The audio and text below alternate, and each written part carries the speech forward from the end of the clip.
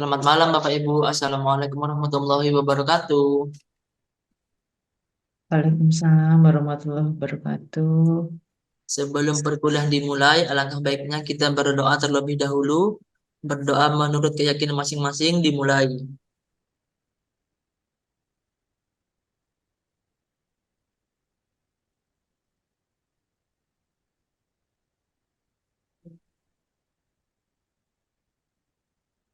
Selesai. Perkuliahan malam hari ini kita akan membahas mengenai definisi dan konsep engagement and conversion yang akan disampaikan oleh Ibu Mariana Puspadewi, SEMIKOM atau biasa disebut Ibu Mary, yang mana ada tiga elemen penting dalam digital marketing yaitu traffic, conversion, and engagement. Tiga hal inilah yang menjadi kegiatan penting yang dilakukan oleh digital marketer dalam melakukan pemasaran secara online. Baik, untuk mempersingkat waktu, kita mulai saja perkuliahan malam hari ini. Semoga apa yang disampaikan Ibu Mary malam hari ini bisa bermanfaat untuk kita semua. Kepada Ibu Mary, saya persilahkan. Terima kasih, Mas Ical. Selamat malam, Bapak-Bapak. Ini kita hanya bersatu, dua, tiga, empat, berlima ya. Jadi kayak private ya. Oke, silakan memperkenalkan diri dulu karena katanya kalau nggak kenal maka nggak sayang ya. Nanti kalau sudah kenal jangan lupa disayang gitu ya, Bapak Ibu ya. Oke, silakan siapa duluan nih? Pak Martinus dari mana? Kemudian pekerjaannya apa dan di mana gitu aja. Oke, baik. Selamat malam, Bu Mary. Selamat Perkenalkan, malam. nama saya Martinus. Saya dari Mentari Groups. Saya posisi di warehouse, Bu, ya, untuk barang keluar. Di kota mana, Pak? Saya di Jakarta, Ibu. Oh, di Jakarta. Iya, Oke, oke. Ha, ha, ha. terima kasih. Silakan, terima kasih Pak Martinus dari Mentari. Mas Eli, Pak Eli. Halo, selamat malam Ibu Selamat Mariana. malam. Perkenalkan, nama saya Eli Suheli. Saya dari perusahaan Mentari Group juga, tapi beda divisi nih dengan Pak Martinus. Kalau saya di divisi bookstore untuk penempatan cabang Bandung. Jadi saya saat ini kerja dan tinggal di Kota Bandung. Oh, oke, oke. Ya, Bandung macet ya. Saya Iya, beberapa kali ke lumayan. sana. Lumayan. Heeh. Kemudian Pak Suryono ada, Pak Edi Ya Bu, Nugroho. Oke, malam. Pak Suryono, halo, selamat malam. Malam Bu Mary, ini juga baru nyampe rumah. Nggih. Iya, Ya, kenalkan silakan Bu, Pak. saya Iya. Suryono Bu ya. Aslinya ya dari Sumatera ya. Cuman saya tinggal kerja di perusahaan di PT Aji Dharma Mas Tritunggal Sakti yang berada di Kabupaten Bogor. Oh, oke. Nah, Sumateranya jadi Sumatera mana, sekarang Pak? Sumatera Utara Pak, Bu. Oh, dari Sumatera Utara. Oke. Cuman tinggal di sini sudah 28 tahun. Dan Hmm. Di Bogor tapi ya, Pak, sekarang sih posisi ya? di ya di Cikeas Bu. Oh, di Cikeas. Ya, ya, Di ya, dekat ya. Gunung Putri gitu sih. Oke. Pak Edi Sebrianiko. Edi Nugroho, Pak Edi Nugroho. Selamat malam Bu, selamat Selamat malam semua. malam. Mohon izin saya masih off cam, soalnya Jih, jih. kalau jam segini masih di kantor. Iya, nggak apa-apa. Kenalkan, nama saya Febrian Niko, saya aslinya dari Kediri. Kebetulan saya kerja di BCA, saya sekarang penempatan di BCA Malang. Mm-mm. Dan baru kemarin saya tahu kampus Asia. Oh, alah, ya ampun. Becanya di mana, Pak? Saya yang seberang pasar Blimbing Bu, BCA Finance. Seberang. Oh, ya, ya, ya. Ya, di Satu divisi pembiayaan. sama Mas Denny di BCA Finance. Mas siapa Bu, maaf? Denny, Denny. Denny siapa? Saya kurang tahu ya, mungkin bagian marketing ya. Oh, sekarang penempatan di mana, Bu? Masih di Malang, masih di BCA Finance yang di depannya Pasar Belimbing itu toh? Iya, soalnya Mas Denny Oh, ada dua, yang satu oh, udah udah naik jabatan, udah pindah ah, ke eh, Jawa Barat, terus yang satu oh, udah habis kontrak gitu. iya, saya udah lama juga nggak ketemu sama Mas Denny. Iya, iya. Oke, Pak Sahrul.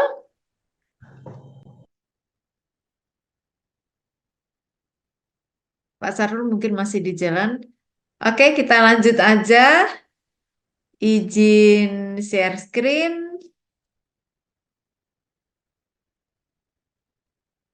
Oke, kita masuk ke definisi dan konsep engagement dan conversion. Jadi, mata kuliah ini adalah mata kuliah yang membahas tentang digital marketing. Jadi, kita akan mengenal banyak sekali istilah-istilah dan konsep tentang digital marketing itu seperti apa. Jadi, membuat bisnis menjadi berkembang besar ini bukan pekerjaan yang mudah. Banyak hal yang harus diperhatikan sebelum bisa mendapatkan tujuan tersebut. Dari pekerjaan yang mudah dan sebentar hingga nggak berhenti sampai kapanpun, salah satu pekerjaannya adalah menaikkan engagement dalam sebuah bisnis. Nanti kita akan belajar engagement itu seperti apa. Ada yang sudah punya basic digital marketing dalam kelas ini? Ada? Ada, Bu. Heeh. Pak Eh, Eli? Ya, kalau Heeh. kebetulan saat saat ini kan saya jadi maksudnya di Mentari Group itu kan ada banyak divisi ya, Bu. Nah, setiap Yes. divisi itu memang kita mempunyai sosial media di mana Mm-mm. ya sosial media itu ada Instagram itu kita gunakan untuk branding dan juga ya untuk em, meraih banyak lagi itu gitu sih, Bu. Apa calon Hmm, customer kita gitu. calon customer. Kalau saya boleh tahu, Mentari Group ini bergerak di bidang apa ya? Jadi untuk Mentari Group ini bergerak Heeh. di bidang penyedia buku-buku sekolah, mulai Mm-mm. dari level TK sampai dengan level SMA, dari kurikulum Heeh. nasional sampai dengan kurikulum inter. Jadi buku import sih kebanyakan. Oh. Bu.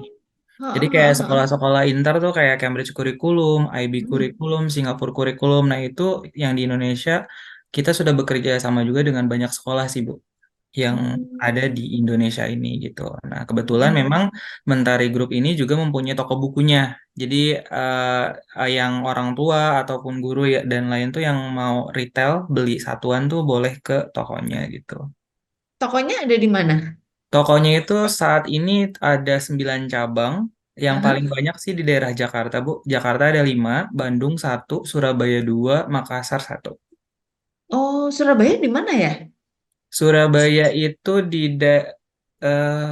kayaknya deket ini sih Bu. Saya kurang hafal juga sih ininya alamatnya. Oh, iya, iya. Di Oke. Ruko Darmo. Pakuan dekat Pakuan Oh, Mall di nggak sih Bang? Ruko Darmo. Iya, Bu, Ruko Darmo. Iya Oh, Darmo iya, iya, Darmo. tahu saya. Mm. Di Depan situ. supermarket Papaya. Tapi ada dua sih, Bu, Surabaya Barat sama Barat Timur. dan Timur. Heeh. Satunya di mana? Timur. Di Surabaya timurnya di Timur. mana? Duh, kurang Aduh. paham saya lihat Ya Timur, Bu. kurang. Oh, iya, iya, iya. Oke, oke, oke. Seingatnya yang It's okay. pertama tuh yang di depan supermarket Papaya itu sih, Bu. Heeh. Iya, Itu. saya pernah lewat sih. Ya. Pernah lewat soalnya memang karena banyak keluarga juga di Surabaya, jadi seringkali ke Surabaya juga. Oke, digital marketing adalah bagaimana cara kita memasarkan sebuah produk atau jasa menggunakan media internet. Statement ini tentunya sudah cukup jelas dipahami. Pergeseran eh, marketing dalam keseharian itu sudah istilahnya bergeser ya dari kita yang door to door, kemudian orang datang ke toko kita, sekarang menjadi sistem online atau kita bisa pilih barang, kita bisa pilih bahkan jasa sekalipun lewat media online. Namun sebagai sebuah ilmu dasar masih sangat dasar karena belum banyak riset dan pengembangan yang dilakukan secara akademis. Jadi kalau kita mau nulis mengenai digital marketing, referensinya itu belum terlalu banyak dan isinya hanya mengupas tentang kulit luarnya saja. Istilahnya masuk ke sampai ke kedalamannya seperti apa itu belum pernah, karena kebetulan saya juga pernah nulis satu digital marketing mengenai penjualan makaroni lewat Instagram dan Shopee seperti itu. Tapi selain itu, perubahan dari digital marketing ini sangat cepat. Sesuatu yang berlaku tahun lalu belum bisa diterapkan untuk saat ini karena saking cepatnya gitu ya perkembangannya digital marketing ini. Ada 3 elemen penting dalam digital marketing, yaitu yang pertama adalah traffic, yang kedua adalah conversion, dan yang ketiga adalah engagement. 3 hal ini yang menjadi kegiatan penting yang dilakukan oleh seorang digital marketer dalam melakukan pemasaran secara online. Jadi, kalau kita lihat banyak sekali istilah-istilah baru dalam digital marketing ini yang nanti kita akan pelajari sama-sama. Kita masuk ke yang pertama yaitu traffic. Traffic atau pengunjung. Sama kayak kita membuka toko secara offline, makin ramai yang mengunjungi toko kita, maka makin besar penjualan yang mungkin bisa terjadi. Mungkin ya. Jadi bisa aja kayak kita buka store offline, pengunjung yang datang itu nggak beli tapi hanya lihat-lihat saja. Ya, seperti itu. Dalam dunia online, pengunjung yang masuk ke dalam website atau online properti, sosial media akun atau akun marketplace dikenal dengan nama traffic. Goal utama kita adalah capai traffic sebanyak-banyaknya. Cara yang digunakan bisa dikenal dengan nama traffic generation strategy. Artinya begini, belum tentu yang masuk ke dalam website kita itu melakukan pembelian. Kemudian melakukan koneksi atau engagement bisa saja hanya melihat-lihat, kemudian 5 detik pergi dari websitenya kita. Itu boleh seperti itu. Ya, namanya traffic atau pengunjung. Kita mengunjungi sebuah website. Ya, kalau websitenya menarik, kita teruskan membaca, scroll sampai ke bawah. Tapi kalaupun enggak, ya berarti cuma sekilas aja karena menurut kita itu enggak menarik gitu ya. Beberapa cara yang dilakukan adalah SEO. Nanti belajar mungkin mengenai SEO. Ada ya Bapak-Bapak ya? Di mata kuliah yang lain? Ada? Ada mata kuliahnya SEO? Ada, Bu. Oke. Kemudian SEM atau digital advertising atau iklan. Sosial media marketing seperti yang sekarang kita pelajarin, konten marketing, dan mobile marketing. Anda bisa mempelajari lebih detail masing-masing strategi ini yang tentunya bisa macam-macam penerapannya dalam bisnis kita sehari-hari. Intinya gitu dulu. Jadi kita mempelajari sesuatu hal yang baru mengenai digital marketing, termasuk di dalamnya adalah traffic, engagement, sama conversion untuk yang pertama kali. Traffic dalam digital marketing adalah merujuk pada jumlah pengunjung yang mendatangi situs web Anda.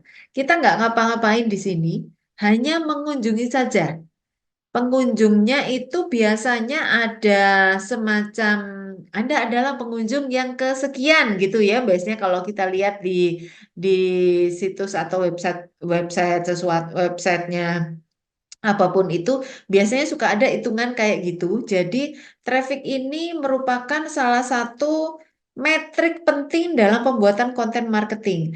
Semakin banyak traffic atau pengunjung yang masuk ke dalam websitenya kita, itu berarti bisa dikatakan website kita berhasil atau dapat memperoleh banyak pengunjung. Semakin tinggi traffic yang situs web Anda dapatkan, artinya konten marketing Anda berhasil. Meskipun belum ngapa-ngapain, cuman kunjungin aja. Karena ada kemungkinan mengunjungi saja itu ada ketertarikan Dan kalau sudah tertarik, biasanya akan dilanjutkan dengan transaksi atau hal-hal lain yang ingin kita dapatkan dalam sebuah konsep digital marketing. Traffic ini erat kaitannya dengan ROI atau Return on Investment yang bisa bisnis Anda dapatkan. Saat konten marketing memiliki banyak pengunjung, sadar atau tidak, brand exposure atau merek atau apapun itu yang kita ingin perkenalkan kepada masyarakat, ini pun bisa meningkat dan sebagai kelanjutannya penjualan produk itu juga bisa naik, akhirnya berujung pada tingkat ROI yang Anda peroleh. Meskipun nggak secara langsung ya, jadi nggak mentang-mentang kita masuk, kemudian masuk ke websitenya, kemudian terjadi penjualan gitu, enggak. Masih ada beberapa proses yaitu engagement dan conversion yang bisa kita harapkan untuk meningkatkan penjualan.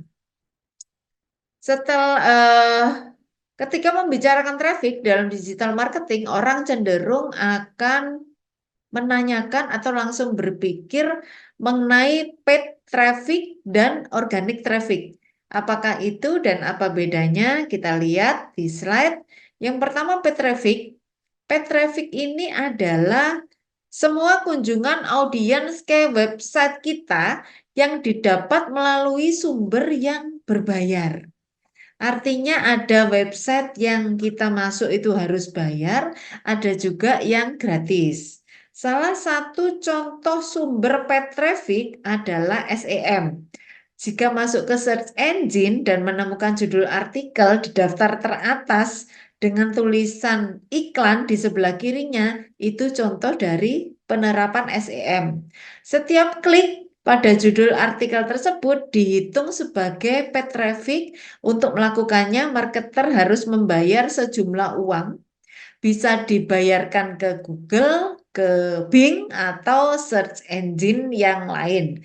Jadi paid traffic seperti judulnya adalah traffic yang berbayar. Sampai sini sudah cukup jelas? Kita Ya, masuk ke, cukup. cukup ya, jelas ya.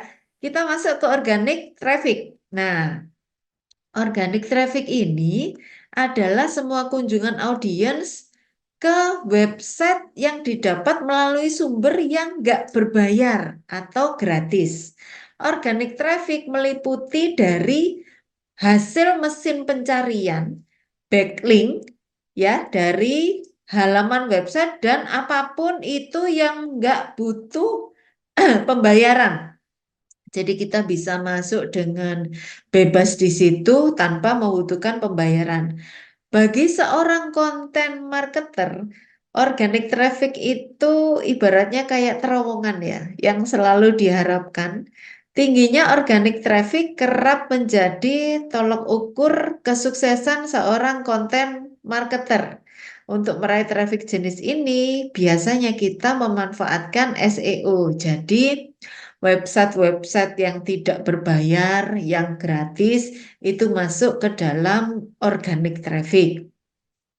Setelah dapat banyak pengunjung, udah ngumpul semua nih pengunjungnya, langkah berikutnya adalah conversion. Conversion iki opo yo kira-kira ya? Ada yang sudah tahu?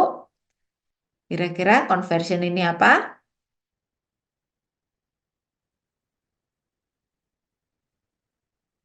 Conversion adalah merubah pengunjung menjadi pelanggan. Yang namanya pengunjung itu belum tentu jadi pelanggan, tapi kalau pelanggan pasti-pasti adalah pengunjung, gitu ya.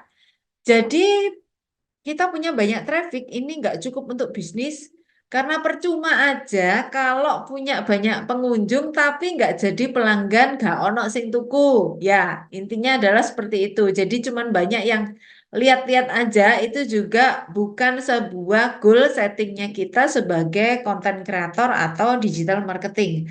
Anda harus bisa merubah mereka yang mengunjungi website jadi pelanggan, minimal jadi calon pelanggan. Artinya apa? Di bidang conversion itu kita akan membuat sejumlah cara gimana caranya mereka menjadi pelanggan atau bisa beli atau bisa ngambil produknya kita. Conversion ini adalah sebuah proses di mana pengunjung situs web melakukan tindakan, jadi sudah ada tindakan di dalamnya yang diinginkan oleh pemilik situs. Istilah ini umumnya digunakan dalam konteks pemasaran digital, di mana tujuan utamanya dari sebuah situs web adalah untuk mengkonversi pengunjung jadi pelanggan atau pengguna yang aktif.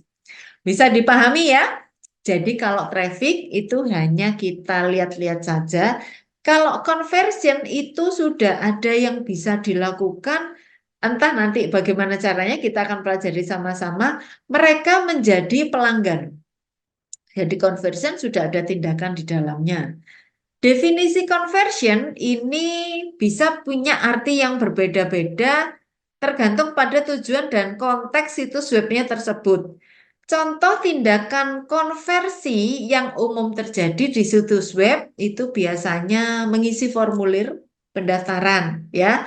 Kalau kita memiliki sebuah formulir atau beli produknya atau layanan atau konten download sebuah konten, mendownload. Jadi mendownload itu juga bisa dikatakan sebagai conversion, mengikuti akun media sosialnya atau meninggalkan ulasan atau komentar di dalam situ. Ya, jadi conversion ini adalah langkah penting dalam digital marketing karena suksesnya pemasaran online tergantung dari berapa banyak yang akhirnya kita jadi beli produknya atau jasanya yang kita tawarkan. Nggak mungkin sekarang sebuah website atau sebuah situs dibangun hanya untuk dapetin pengunjung, nggak dapetin atau nggak jualan apa-apa atau kita nggak beli apa-apa dari website itu nggak mungkin. Jadi jarang sekali ada website yang hanya memaparkan saja tanpa ada sebuah conversion sama engagement di dalamnya. Artinya apa? Kalau penjualan offline itu bisa terjadi kalau kita datang ke toko, pilih-pilih barang, kemudian beli. Nah, conversion itu sama seperti itu. Ada beberapa cara atau ilmu yang bisa kita pelajari untuk meningkatkan jumlah konversi dalam website, yaitu yang pertama adalah funnel marketing, yang kedua adalah website optimization, yang ketiga adalah conversion rate optimization atau CRO, dan yang terakhir copywriting skill.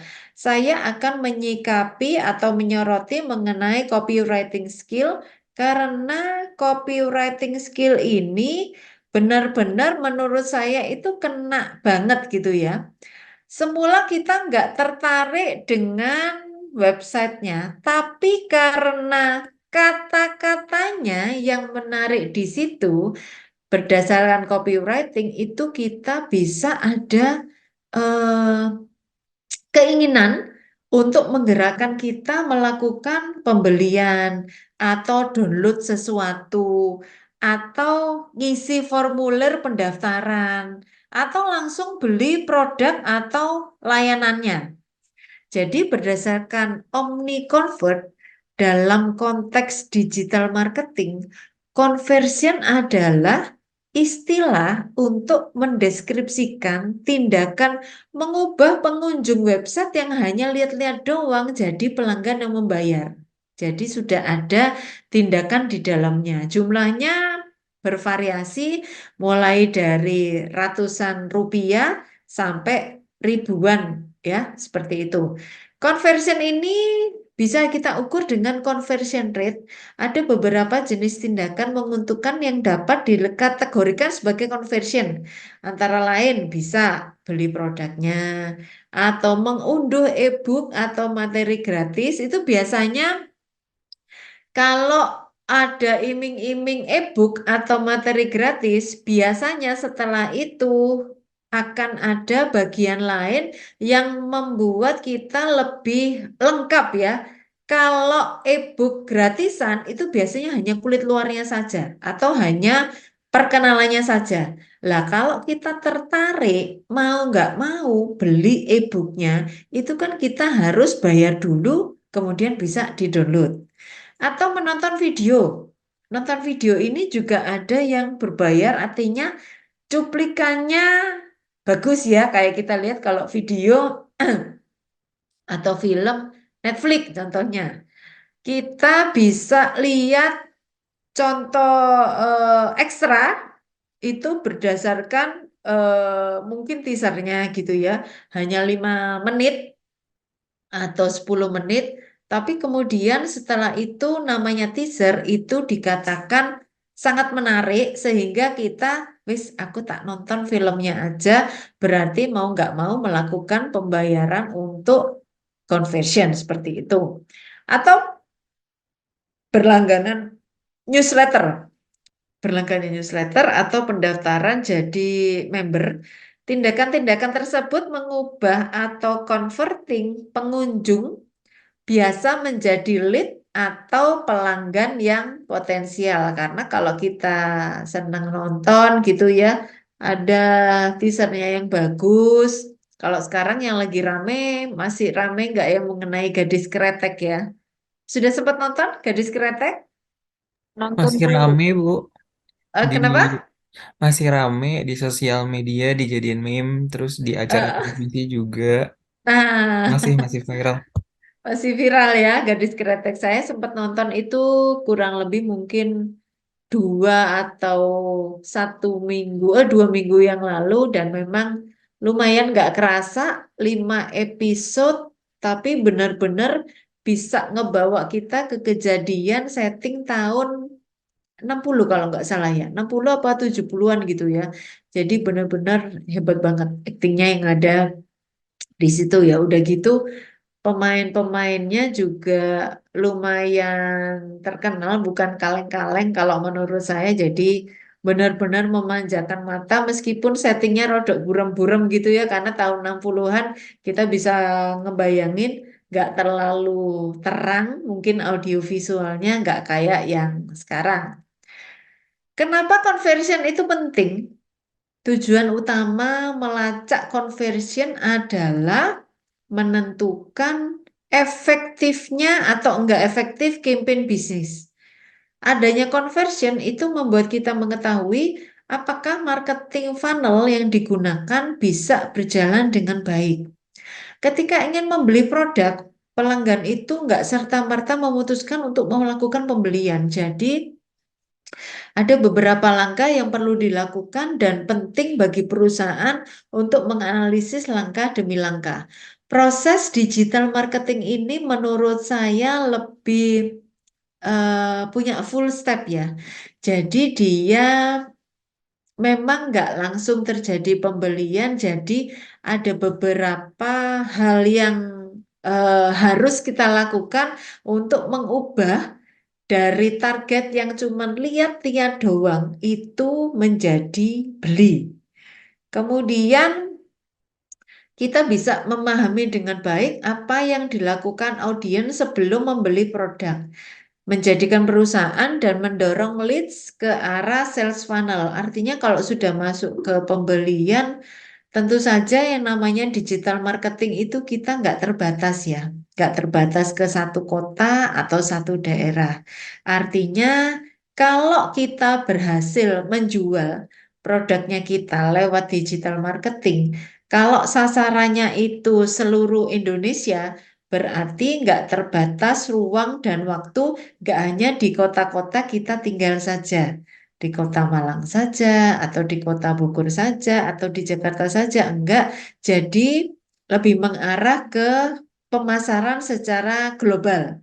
Selain itu, conversion juga membantu bisnis dalam mengidentifikasi masalah yang ada pada website ataupun marketing funnel. Artinya, dari conversion itu kita bisa mengetahui produk kita ini sebenarnya diminati atau enggak ya sama masyarakat. Mereka mau beli atau enggak ya? Ujung-ujungnya seorang digital marketer itu harus berpikir gimana caranya produknya laku. Ya atau ya? Benar ya? Gimana caranya produknya laku? Selain itu juga harus menganalisis hambatan dan permasalahan dalam bisnis. Terus kita harus mengetahui strategi mana saja yang kemudian berhasil, bagian yang mendatangkan traffic paling banyak, dan mana strategi yang kurang efektif dijalankan. Kenapa traffic ini memegang peranan penting dalam sebuah digital marketer? Kenapa? Yuk? Kenapa kok traffic ini jadi masalah yang super penting banget?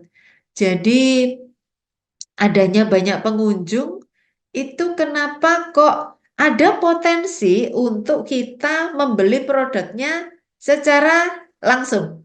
Kenapa kok traffic yang jadi istilahnya garda depannya? Ada yang bisa kasih ide jawaban? Karena dari traffic itu kita bisa menganalisa dan mengukur juga sih, Bu. Kira-kira tuh Hmm, ini tuh strateginya itu sudah efektif atau belum gitu. Oke, ada lagi? Strateginya udah efektif atau belum melihatnya dari traffic atau jumlah pengunjung? Ada lagi yang punya pendapat lain? Sama ini sih Bu, kalau di saya itu kan kebetulan saya pegang marketplace ya Shopee atau Tokopedia. Ah, Saya juga pernah ah, ah. memang melakukan yang paid berbayar gitu dan saya juga Yes, melakukan yang organik di mana apa untuk jenis iklan yang kita aktivasi biasanya iklan produk. Nah, itu kan biasanya suka keluar tuh trafficnya gitu kan. Nah, kalau misalkan untuk saya sendiri sebagai penjual gitu kan, saya melihat misalkan saya mengiklankan 5 produk nih lima yes, judul buku gitu kan. Nah, itu iya, judul buku itu tentunya akan ada report hasilnya, trafficnya itu per bukunya itu berapa. Dan biasanya untuk yang traffic yang paling tinggi, nah itu saya akan lebih perhatiin lagi. Kenapa ini trafficnya itu tinggi, tapi belum ada conversion, belum ada masuk ya, ke penjualan. Nah, itu akhirnya menjadi analisa untuk kita, apakah memang eh, SEO ya apa sih namanya kayak penamaan judul produknya itu sudah tepat, deskripsinya dan lain sebagainya sampai melihat ke situ, sampai fotonya itu foto produknya apakah sudah jelas, sudah sangat informatif dan sudah sangat dimengerti oleh calon pembeli sehingga kalau misalkan pembeli klik produk tersebut, nah itu tuh kayak berbagai macam informasi baik visual ataupun teks itu udah lengkap gitu. Jadi sebagai pembeli pun merasa oh ini produk apa ya gitu kan. Oh ternyata apa namanya untuk yang deskripsi produk dan lainnya itu ditunjang yang lebih jelas lagi ya itu akan apa namanya ya akan berdampak pada keputusan dari eh, pengunjung itu tadi gitu antara mau beli atau tidak itu sih Bu. Kalau kalau saya sendiri mengimplementasikan di dalam pekerjaan seperti itu melihat traffic ya. Terima ya, good job, baik sekali jawabannya. Traffic itu begitu penting dalam kegiatan digital marketing karena dia adalah sumber utama bagi kita untuk tahu iklan atau campaign marketing kita itu berhasil atau enggak. Seperti tadi contohnya, ada 5 buku nih, dijual barengan, dipromosiin barengan. Tapi pengunjungnya sama-sama banyak, tapi nggak ada penjualan di dalamnya. Nah, itu kita harus koreksi. Kenapa? Bisa saja gaya bahasanya yang kita pakai itu terlalu berbelit-belit, tidak sederhana. Jadi orang bingung. Iki sakjane opo yo yang dijual? Oh, ternyata buku. Buku apa? Isinya seperti apa? Nah, kurang lebihnya seperti itu. Kemudian kita masuk ke jenis-jenis conversion. Ada beberapa jenis yaitu dari pembelian, pengisian formulir, pembuatan akun, mengeklik tombol, pendaftaran, membagikan konten, atau install aplikasi yang ini biasanya bisa masuk ke dalam sebuah website. Jadi dalam sebuah website itu biasanya ada salah satu atau beberapa dari 7 komponen yang ada di sini. Mulai dari mengisi formulir, minat atau enggak gitu ya. Biasanya kalau kita mengisi formulir untuk peminatan enggak berapa lama, kemudian ada email yang menggambarkan mengenai iklan tersebut ya, mengenai hal tersebut. Kemudian pembuatan akun, harus bikin akunnya. Lalu mengeklik tombol, ada juga yang seperti itu. Atau pendaftaran, ada seperti itu. Atau langsung membagikan konten atau install aplikasi. Tapi ini semua belum ada duitnya, teman-teman. Jadi memang agak sedikit punya tahapan ya kalau kita untuk main ke digital marketing. Kebayang aja orang-orang yang belum pernah bersentuhan sama sekali dengan sistem digital, kemudian belajar, kepingin beli atau kepingin lihat sesuatu yang ada hubungannya dengan digital marketing. Nah, ini mereka bisa melakukan pengisian formulir dulu, kemudian bikin akun, kemudian ngeklik tombol, atau pendaftaran, atau bagi konten, atau install sebuah aplikasi. Definisi conversion ini bergantung pada tujuan dan jenis website bisnis. Bisnis yang menjual produk, conversionnya adalah pembelian. Sementara bisnis yang berfokus pada jasa atau layanan, bentuk conversionnya bisa berupa form submission. Setelah itu kita membayar sejumlah dana. Setelah itu jasa yang kita inginkan atau kita pengen itu biasanya masuk ke email kita. Biasanya saya suka beli pelatihan atau e-book ya. Jadi setelah kita mengisi mengisi aplikasi dan formulir pendaftaran segala macam, ada yang namanya sistem pembayaran. Pakai apapun itu, biasanya pakai BCA virtual account ya, kalau saya lebih sering pakai itu. Kemudian setelah melakukan pembayaran, tanpa harus melalui konfirmasi, biasanya akan langsung masuk pelatihannya yang bisa di-download atau bukunya ke dalam email kita. Nah, setelah itu transaksinya selesai. Jadi, misalnya suatu e-commerce, kita menetapkan conversion yang akan diukur ketika pengunjung berlangganan newsletter. Ya, berlangganan newsletter itu, yang namanya newsletter itu hanya sebuah apa ya istilahnya, surat kabar ya, berlangganan surat kabar, mengeklik CTA di email, mengirimkan form submission di website, atau saat pengunjung melakukan pembelian produk. Contoh lain adalah perusahaan yang B2B. Jadi mengukur conversionnya itu berupa kunjungan ke landing page.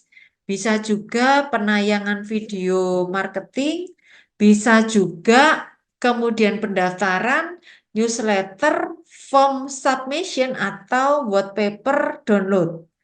Optimasi conversion rate adalah proses meningkatkan tingkat konversi dengan mengidentifikasi masalah yang mungkin menghambat konversi, mengadakan pengujian AB, analisis data, dan implementasi strategi. Apa sih yang dimaksud dengan conversion rate? Jadi, conversion rate itu adalah sebuah situasi di mana target audience ini melakukan tindakan atau aksi sesuai dengan apa yang kita inginkan. Dalam hal ini, tindakan atau action pengunjung yang dilakukan adalah terjualnya produk atau jasa yang Anda tawarkan melalui website atau bisnis Anda. Jadi terakhirnya sampai masuk ke penjualan, tapi prosesnya masih ada beberapa step lagi. Gak berakhir di conversion, teman-teman. Jadi conversion itu adalah tindakan yang membuat kita terhubung atau terkoneksi dengan pelanggan, tapi juga belum melakukan sebuah pembelian, masih isi-isi form saja ya. Kemudian untuk menjaga bisnis dan meningkatkan performance, hal yang terakhir adalah kita lakukan engagement. Ini adalah sebuah hal yang paling penting kalau menurut saya, karena engagement ini kita sudah terhubung dengan para pelanggan kita. Mereka yang udah datang ke tempat kita, ke website kita, terus tertarik dengan produk yang kita tawarkan, itu belum tentu membeli. Ingat, jadi belum tentu membeli, artinya PR kita masih harus mereka jadi membeli produk. Oleh karena itu, kita perlu membangun hubungan dengan mereka agar brand yang kita jual itu terus mereka ingat dan akhirnya beli. Jadi yang paling penting adalah menanamkan kesadaran bahwa kita punya merek ini, kita punya brand ini, disinilah tugas dari engagement ini menurut saya hal yang paling berat ya. Bagaimana terus berkomunikasi dengan mereka secara online, artinya mereka ini bukan pengunjung sembarangan, jadi sudah masuk ke tahapan berikutnya di mana mereka itu sudah mulai ada ketertarikan nih, udah ngisi-ngisi form aplikasi, kemudian sudah mulai ngedownload, tapi belum ada pembelian di situ. Biasanya downloadannya kita kasih gratis hanya berupa cuplikan ya, seperti itu. Engagement ini berkaitan erat dengan strategi yang fokus pada bagaimana cara meningkatkan partisipasi sekaligus membangun hubungan. Nah, ini ada caranya khusus, gimana caranya kita membangun hubungan yang baik dengan pengguna, dengan list maupun pelanggan. Representasi dari engagement bisa dalam bentuk tindakan, seperti ngeklik, kemudian like, komen, dan share atau subscribe ya. Saat ini penggunaan istilah engagement lebih dekat ke istilah social marketing. Balik lagi ke websitenya Mentari, apakah di dalamnya situ ada poin untuk kita ngasih like atau komen atau nge-share produk yang kita jual ke pengguna yang lain? Mas Eli mungkin bisa bantu jawab. Di websitenya ya, Bu. Sebentar Iya, saya udah lama nggak ini sih ya, bentar ya. ah, ah. Iya, coba bisa dilihat. Mungkin bisa share screen, Oh, Mas. boleh. Saya Boleh, boleh, boleh. penasaran. Ya, saya Iya, penasaran boleh, pengen boleh. tahu. Iya, Ya, biar kenal ya, Bu ya. iya biar tahu. Kan jadi ini ya, dapat traffic baru ya, Bu Mm-mm, Mary ya. betul. Satu orang traffic gitu kan. Iya, satu orang traffic. Karena kita bergeraknya di bidang pendidikan, jadi tidak menutup kemungkinan saya juga mungkin akan cerita ke teman-teman saya, utamanya yang beberapa pengajar di sekolah internasional ya. Baik, Kalau terima kasih cari Bu Mary. buku ya, cari buku dari Ini Cambridge, saya, kemudian dari macam-macam bisa ke webnya Mentari. nah, ini saya Sudah coba bisa share screen, cuma share screen? belum ada akses, Bu. Boleh tolong dibantu Oke. aksesnya? Ya, Mas Ical bisa dibantu?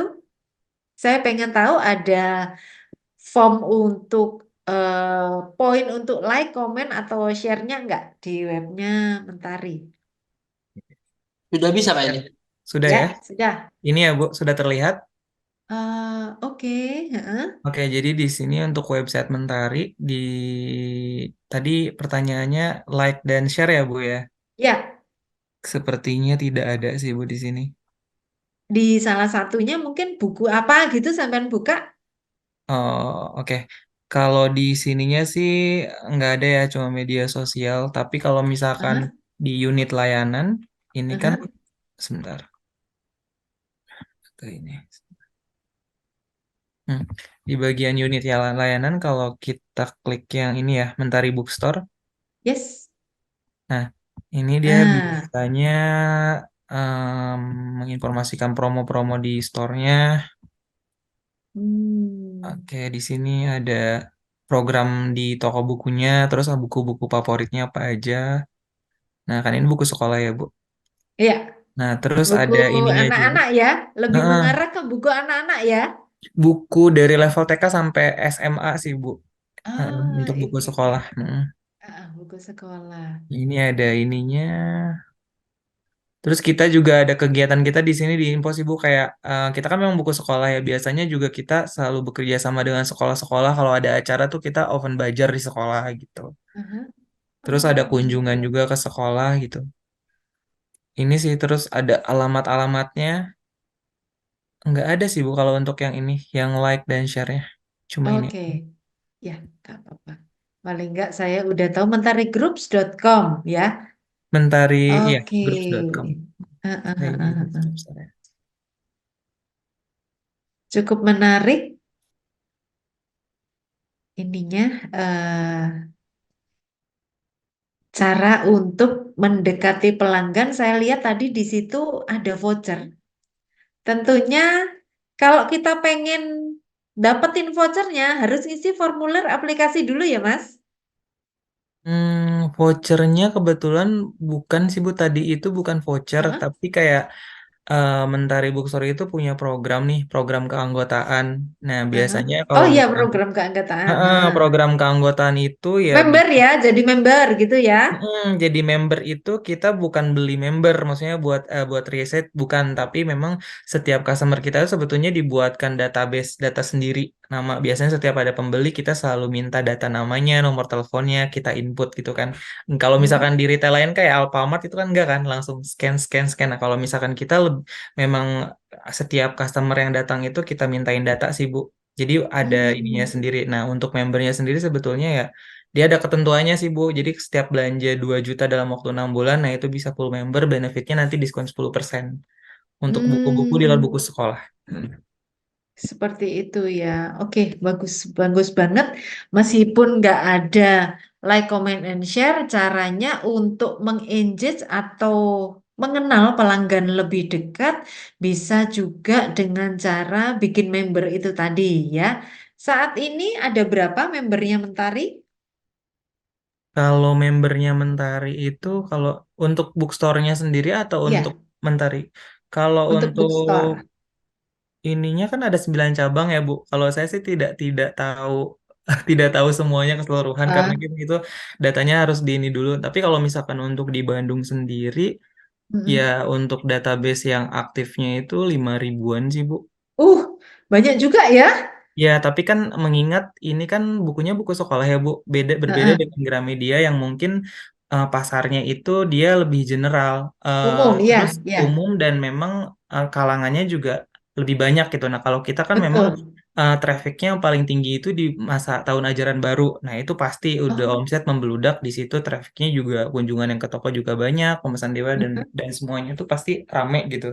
heeh. Oh, seperti itu. Ya, memang ada musimnya ya kalau buku sekolah Hmm. itu ya. Ya, Biasanya tapi beruntungnya ya targetnya. Bu, kalau misalkan kita itu ya karena memang kita udah lebih dekat dengan customer, kita minta datanya customer, ya sebetulnya kalau untuk masing-masing toko itu sudah ada pengelompokan sih. Kayak sudah mengenal, oh ini tuh berapa berapa ratus gitu, berapa ribu customer yang suka beli di luar buku sekolah, misalnya kayak lu untuk buku Mm-mm. cerita dan lain sebagainya. Nah, Ya. itu kita kita ada datanya sendiri dan kita memang follow up-nya itu manual sih Bu, masih manual ya, masih manual. Kalau masih manual berarti di email satu-satu. Di WA sih, Oh, kadang-kadang di kita tuh kayak misalnya WA. setiap harinya itu ada list, misalkan ada berapa customer, tapi tidak langsung to the point menjual ya, maksudnya kayak karena pasti juga Ah, terganggu. betul. Paling kita yang kayak basa-basi lah, kayak nanya kabar atau kayak gimana, terus kayak nanya kalau misal berdasarkan riwayat sebelumnya ibunya beli buku ini, nah itu gimana? Terus Ah. kayak misalkan kan customer suka cerita ya, maksudnya oh anak saya lagi ikutan Olimpiade nih, gitu kan? Nah Ya. itu kita dengan memberikan apresiasi, obrolan-obrolan kayak gitu lah Bu, sampai endingnya sebetulnya kita artinya entah itu mempromotkan produk, rekomendasi produk baru atau promo gitu, promo yang sedang berlangsung. Nah biasanya dari Oke. situ sih ada aja sih Bu yang masuk gitu. Ada timnya tersendiri yang follow up klien. Kalau misalkan store itu kan ada 9 cabang, nah itu ya ada adminnya sendiri sih, Bu. Memang kita kan ada Hmm. setiap cabang itu kan punya WA-nya masing-masing. Kita by WA sih follow up-nya. Mm-mm. Ada by WA, terus kita juga ada blasting email juga sih melakukan hal itu. Cuma yang yang efeknya itu langsung konversi ke penjualan ya memang dari WhatsApp sih, Bu. Oh, seperti itu ya. Kalau Iya. dari email jarang. Dari email jarang. Oh, ya, ya, Mm. ya, ya, ya. Pakai WhatsApp ya. Ada berapa banyak adminnya? Karena satu Mm. admin itu Mm. bisa mungkin 2 sampai 5 menit ya Mm. ngobrolnya. Mm. Kemudian ada berapa admin dan satu hari mereka mentargetkan harus berapa customer. Tahu Ya, nggak kira-kira? kalau misalkan saya sendiri ya Bu, sebetulnya Yes. setiap toko itu satu admin yang pegang. Nah, kita kan Hmm. beroperasi dari jam 9 sampai hari Senin sampai Sabtu jam 9 sampai jam 6 sore. Nah, itu Hmm. biasanya kita kan punya riwayat penjualan nih Bu. Misalkan bulan Desember ini tuh akunnya itu siapa aja gitu. Ya, Otomatis kan itu kelihatan kan di sistem kita, misalkan ada 100 akun, 100 customer.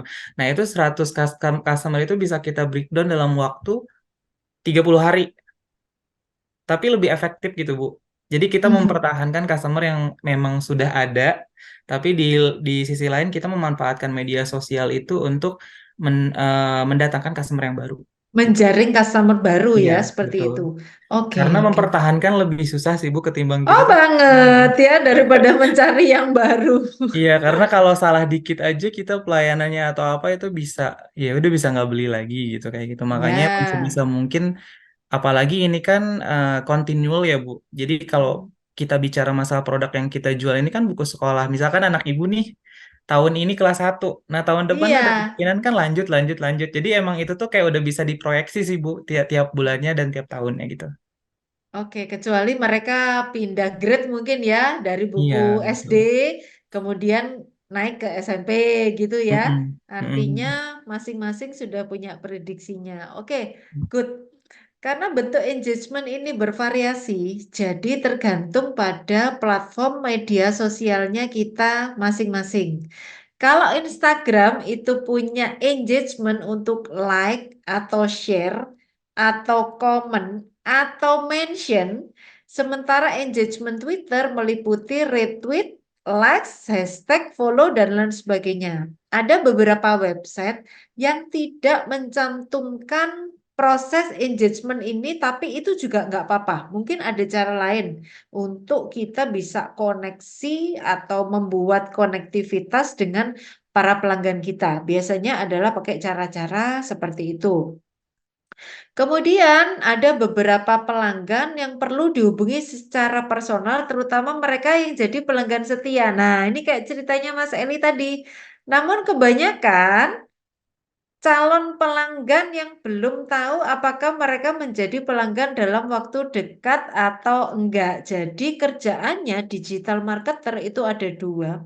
Yang pertama adalah mempertahankan pelanggan-pelanggan yang lama yang sudah bisa diproyeksikan, bisa diprediksi. Kemudian satu lagi adalah harus nyari pelanggan baru dengan cara trafficnya ditinggiin, bikin konten-konten yang menarik dan sebagainya. Oleh karenanya membangun hubungan lewat media elektronik seperti WhatsApp atau email akan membuat usaha yang kita keluarkan itu jauh lebih efektif dan efisien. Nggak mungkin juga sekarang seorang digital marketer yang biasanya itu menggunakan email atau WhatsApp tiba-tiba melakukan kunjungan ke rumah calon customer. Nggak mungkin juga seperti itu. Jadi kalau platformnya itu sudah lewat WhatsApp atau lewat email, berarti sampai kapanpun itu akan terus dipakai.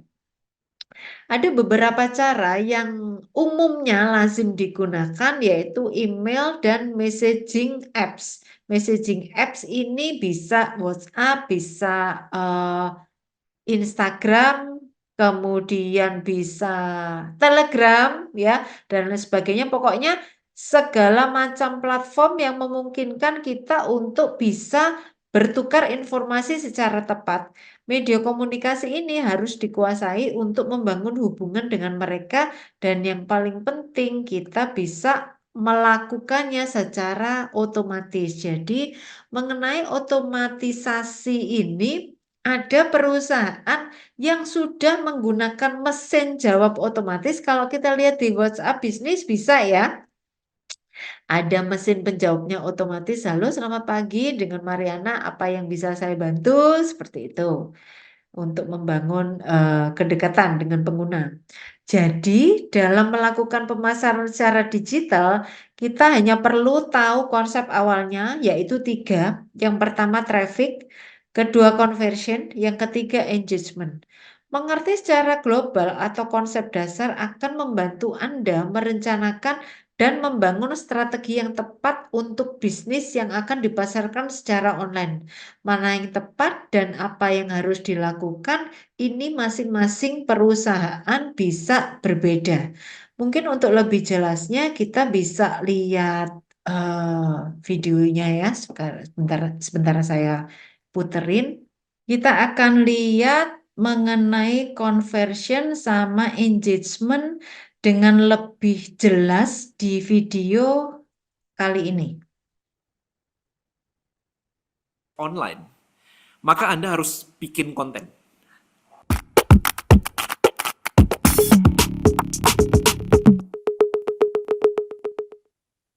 Oke, guys, video ini saya pengen ngobrolin tentang konten sebenarnya, konten strategi. Saya udah tulis banyak banget di sini step-stepnya. Gimana sih caranya untuk memaksimalkan konten strategi Anda gitu ya. Tapi sebelum masuk ke situ, saya lebih pengen sharing kenapa Anda butuh konten. Oke, banyak orang ngajakin jadi content creator dan sebagainya. Ada yang bilang bahwa, dan saya nggak mau jadi content creator lah, saya cuma mau bisnis dan sebagainya. Oke, intinya begini.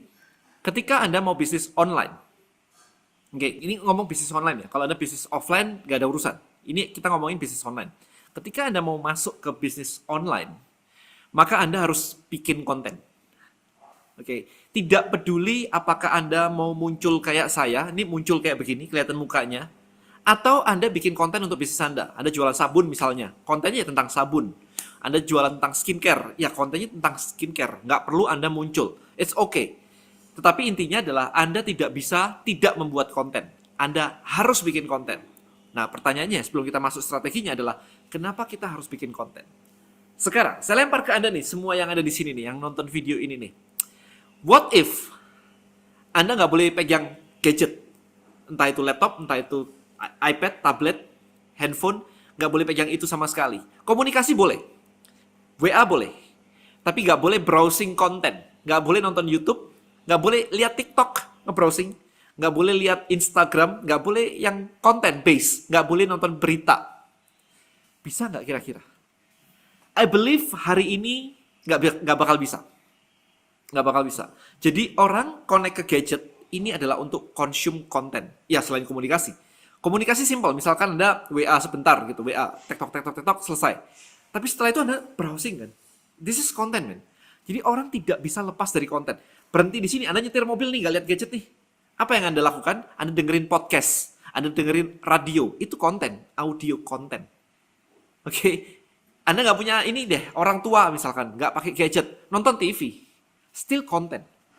Jadi untuk menangkap perhatian orang, Anda butuh konten, terutama di dunia digital, konten base banget.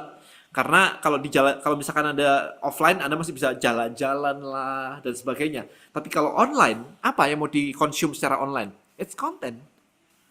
Nah, dari pemahaman ini, Anda jadi tahu bahwa untuk menangkap perhatian orang, attention, Anda harus bikin konsisten. Jadi bukan cuma content creator aja, tetapi konsisten content creator. That's why saya create video kayak begini setiap hari. Karena apa? Balik lagi. Saya mau menangkap attention Anda untuk nonton video saya. Dan Anda ingin melakukan hal yang sama untuk apapun bisnis Anda atau apapun itu.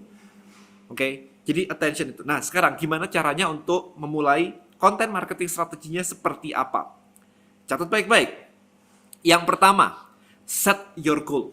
Jadi Anda harus tahu, goal-nya pakai konten ini mau ngapain sih? Jualan kah? Awareness kah? Dapetin prospek kah? Atau apa? Kalau Anda di insurance, maybe Anda bikin konten rutin untuk menjaring prospek, mengumpulkan prospek misalnya. Atau Anda bikin konten untuk mengedukasi market, untuk ngajarin orang tentang cara penggunaan produk Anda, untuk cara menurunkan berat badan, apapun itu. Jadi Anda harus menentukan goal-nya seperti apa. Itu yang pertama. Yang kedua adalah menentukan KPI. Ya, of course, konten strategi punya goal. Goal-nya harus bisa diukur. Apakah dengan konten ini Anda punya target? Berapa view seminggu? Berapa view sehari? Berapa prospek seminggu? Berapa penjualan sebulan? Apakah konten ini dikaitkan ke penjualan? Atau cuma sekedar menangkap prospek aja misalnya? Jadi Anda harus menentukan apakah angkanya berapa supaya Anda jadi tahu, oh saya sudah melakukan hal yang benar atau belum. Jadi ini krusial banget ya. Tanpa ini Anda akan bikin konten tapi nggak jelas akhirnya apa, nggak jelas tujuannya kemana. Jadi kedua adalah menentukan KPI-nya atau goal-nya yang bisa diukur. Oke, kita masuk nomor 3. Nomor 3 adalah menentukan siapa audiens Anda. Ini always saya omongin di semua video saya kan, tentang siapa target market Anda. Selalu ketika Anda jualan kayak, ketika Anda bikin konten kayak begini, selalu tentukan siapa target market Anda. Dan kalau Anda ikut belajar di listbuildingmastery.id, LBM, kemarin di LBM Live, saya menekankan lebih dalam lagi, yaitu ketika Anda sudah menemukan siapa target market Anda, next step-nya adalah apa pertanyaan yang menjadi burning question mereka. Apa pertanyaan yang bikin mereka galau. Itu sampai Anda harus ketemu jawabannya di situ. Sehingga Anda bisa bikin konten untuk menjawab kegalauan mereka. Ketika Anda bisa bikin konten yang menjawab kegalauan mereka, luar biasa hasilnya. Maka mereka akan trust kepada Anda. Authority Anda akan naik. Orang akan percaya kepada Anda. Dan apapun habis itu yang Anda tawarkan, hopefully akan lebih laku. Tapi intinya balik lagi adalah Anda harus menentukan siapa audiens Anda. Oke, itu nomor 3. Nomor 4 nih. Choose your content channel. Channelnya di mana? Apakah Anda mau kayak saya, masuk ke semua channel? Atau Anda cuma mau pakai di YouTube aja? Or cuma mau pakai di Instagram aja? Atau TikTok saja? Gak ada yang salah, gak ada yang benar. Yang penting adalah apakah audiens Anda yang tadi menggunakan channel yang sama dengan konten Anda. Akan berantakan kalau Anda bikin misalkan konten di Instagram, tetapi audiens Anda kalau mencari produk Anda nggak lewat Instagram, tetapi lewat Google misalnya. Nah, ini akan jadi bermasalah. Oke, jadi harus sesuai. Apakah channel yang Anda gunakan sudah spesifik sesuai dengan target market Anda. Nah, kemudian content types, tipe konten. Nah, ini terserah. Kalau saya suka ngomong kayak begini, karena energi saya jadi keluar, energi vibes-nya semuanya jadi, Anda jadi kenal saya sukanya apa, saya nggak sukanya apa, Anda jadi tahu gitu. Tapi kalau misalkan tulisan saya kurang suka sebenarnya, karena nggak bisa berekspresi. Oke, jadi content types atau tipe konten sebenarnya terserah Anda. Satu kan Anda harus tahu apakah audiens Anda ada di YouTube. Kalau ada di YouTube, otomatis Anda harus bikin video. Tapi kalau misalkan audiens Anda ada di Instagram, well Anda bisa pakai video, Anda juga bisa pakai carousel misalkan, Anda bisa pakai yang lain-lain. Anda bisa pakai gambar misalnya, Reels misalnya, short story misalnya, it's okay. Jadi manfaatkan sesuai kepribadian Anda juga. Tapi balik lagi, patokannya always market first. Marketnya mau nggak, terima nggak, bisa nggak, itu. Nah kemudian nomor 6, ini sudah kalau Anda sudah mulai kayak saya, menjadi content creator yang konsisten content creator. Maka nomor 6 adalah resources Anda. Apakah Anda mau editing semuanya sendiri? Apakah Anda seperti saya udah punya tim untuk edit video, untuk create title-nya, gambarnya, thumbnail-nya, idenya dari mana? Apakah Anda punya tim seperti itu atau enggak? Itu mulai disiapin. Nah, untuk bikin konten strategi yang konsisten, Anda sudah mulai harus membangun tim Anda seperti itu. Nah, berikutnya, nomor 7 adalah konten kalender. Setiap hari Anda mau posting apa saja, dijadwalin sebisa mungkin. Akan lebih mudah kalau Anda bisa menjadwalkan, misalnya Anda set, oke, ini seminggu kontennya ini, seminggu kontennya ini, dan seterusnya. Sehingga Anda tinggal syuting maybe on weekend. Jadi Sabtu ketika lebih longgar, Anda syuting semuanya. Sabtu Anda syuting semuanya, kemudian selesai lempar ke tim. Tim akan mengedit dan mempublish sesuai dengan schedule. Akan lebih mudah bagi Anda kerja langsung sejam dapat, let's say dapat 4 video, dapat 5 video dalam waktu sejam. It's okay. Kalau 15 menitan kan berarti Anda sejam bisa dapat 4 video ya. Ya, oke lah. Nomor 8 adalah measure your result. Jadi Anda mesti mengukur keberhasilan Anda. Apakah sudah sesuai atau belum? Apakah ada yang harus diubah? Apakah copywriting-nya? Apa cara riset produknya? Riset keyword-nya? Kemudian riset macam-macam. Apakah ada yang harus ditweak? Jadi Anda harus measure result Anda, hasilnya. Apakah sesuai dengan ekspektasi Anda? Karena kalau Anda nggak mengukur itu semua, maka ya kita nggak tahu, kita kerja nggak ada ukurannya kan jadinya kan. Jadi mirip dengan KPI. Jadi ada set goal-nya, KPI-nya, kemudian Anda ukur hasilnya sesuai nggak dengan KPI. Apa yang bisa diimprove? Maybe Anda cuma bikin konten aja, belum melakukan list building misalnya. Belum mengambil prospeknya. Ngukur dapat prospeknya gimana? Ada yang mengatakan kan, saya pakai Instagram untuk cari prospek nih, untuk awareness nih. Terus ukurannya apa nih? Ukurannya kalau sudah berhasil apa? Kalau sudah aware apa ukurannya? Kalau sudah jadi prospek apa ukurannya? Apakah jumlah subscriber, jumlah orang yang daftar di email list Anda, atau apa?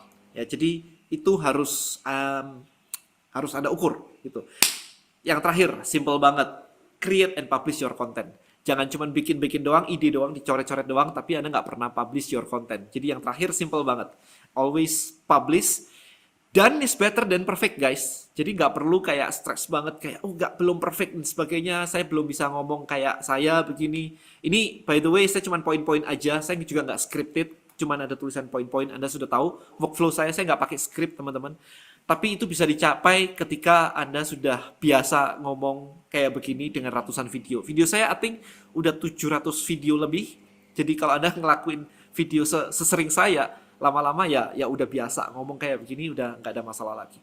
Alright, so I think itu aja 9 strategi untuk konten marketing Anda. Silakan digunakan, start bikin konten lebih konsisten lagi supaya ada hasil. Oke, itu tadi mengenai konten kreator, gimana caranya kita untuk bisa dapetin traffic, kemudian dapetin conversion, sama engagement. Untuk ketiga hal itu tadi, ada yang mau ditanyakan? Kalau enggak, kita masih punya satu materi lagi, yaitu tentang user persona. Mungkin saya ingin menanyakan ada satu bagian sih, Bu, Ya, yang menentukan, misalkan kan kalau saya kan bekerja di ini toko buku ya, toko buku gitu kan. Nah, which is kita juga harus mengetahui sebetulnya sih sebelum akhirnya kita memutuskan kita akan eh, nge-publish kontennya itu di mana gitu. Apakah itu ya, di fanpage ataukah itu di Instagram gitu kan. Nah, tadi kan berdasarkan video yang saya lihat, kita harus menentukan kan, ini kita mau buat konten tuh dipublishnya di mana. Nah, itu yes. bagaimana sih, Bu, kita bisa menentukan kira-kira kita menggunakan platform yang mana gitu. Karena setelah sudah berjalan sebetulnya yang Mentari Bookstore sendiri di divisi tempat saya bekerja, nah itu kan udah mulai ngepost konten itu dari tahun 2000 berapa ya? 2016. Sudah lumayan lama. Nah, kalau misalnya kita analisa dari tingkat followersnya sekarang udah 11.000. Nah, sebetulnya banyak ya, tapi nggak tahu kenapa tuh kayak dari konten yang kita post itu ya udah stuck aja gitu, kayak yang like-nya aja tuh kayak paling cuma 15, nggak sebanding dengan jumlah follower yang kita punya gitu, Bu. Padahal follower itu kita dapatkan dari kita pernah ada promo yang ini loh, Bu. Jadi kalau misalkan ada customer yang datang ke toko, kita ada promo dapat diskon nih, Bu, tapi Ibu syaratnya harus follow akun kita gitu. Nah, Ya, ya, nah ya. itu. Nah, akhirnya memang sebetulnya dari ketentuan yang kita buat itu sebetulnya kita udah tahu kan, customer kita yang ikutan apa namanya promo Instagram itu juga berarti memang memiliki Instagram. Cuma yang kita nggak tahu apakah customer ini adalah pengguna aktif Instagram atau pasif Instagram. Ya kalau masalahnya kalau misalkan mereka pengguna pasif Instagram kebanyakan ya itu bisa berimbas pada hasilnya itu followersnya banyak, tapi ketika kita posting ya yang like itu sedikit gitu, interaksi dengan itu sangat sedikit. Nah, kita juga mengevaluasi ternyata apakah itu sudah tepat di ini Instagram atau sebetulnya ada cara lain nih buat menentukan kira-kira memang bisa menggunakan di platform yang mana gitu. Itu sih, Bu. Ya. Kalau menurut saya, pertama kali yang harus dijawab adalah biasanya pengguna platform itu siapa? Ibu-ibu, Ibu-ibu. bapak-bapak, atau Kebanyakan anak-anak? kalau yang belanja ke toko ibu-ibu itu bisa di presentasinya itu 80 banding 20. Nah, Tapi mami-mami kebanyakan kalau yang ibu-ibu penggunanya, buatlah konten yang sesuai dengan keinginannya ibu-ibu. Contoh, tentang anak.